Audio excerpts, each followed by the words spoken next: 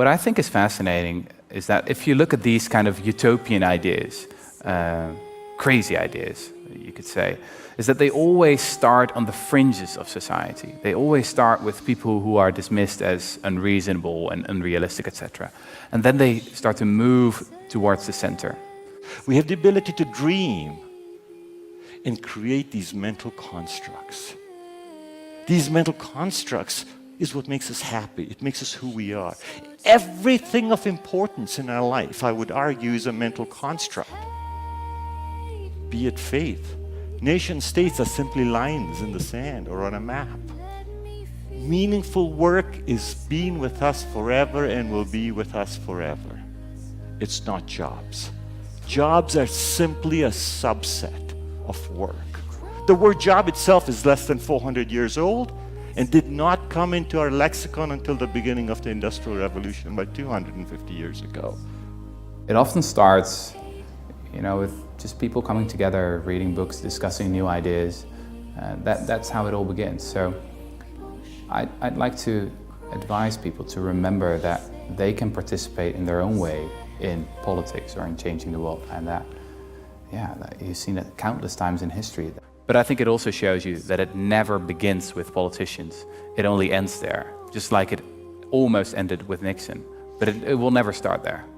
Universal basic income, which is the individual right for every citizen to unconditionally get an income from the state on a regular basis.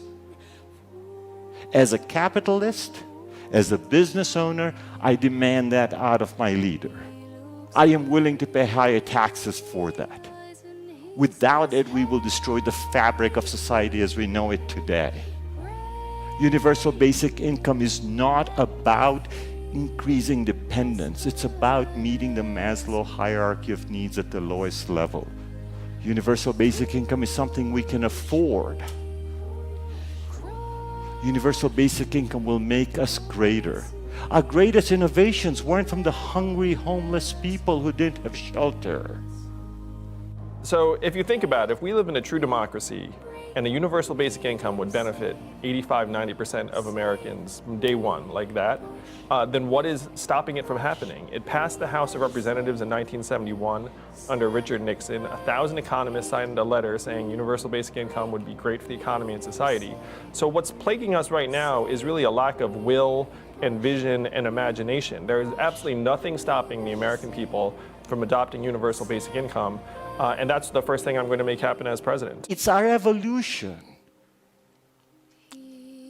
Meaningful work is a beautiful thing because it is individually defined by each one of us and what it means for each one of us. This is not a story about anything other than you and me as individuals.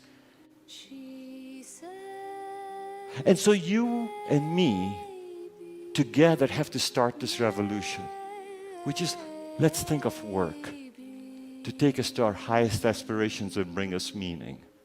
And let us demand from our leaders this notion of universal basic income. We have to change. We have to demand that for our leaders. Because our species, while being in the golden age, can move a lot further, a lot farther, a lot further.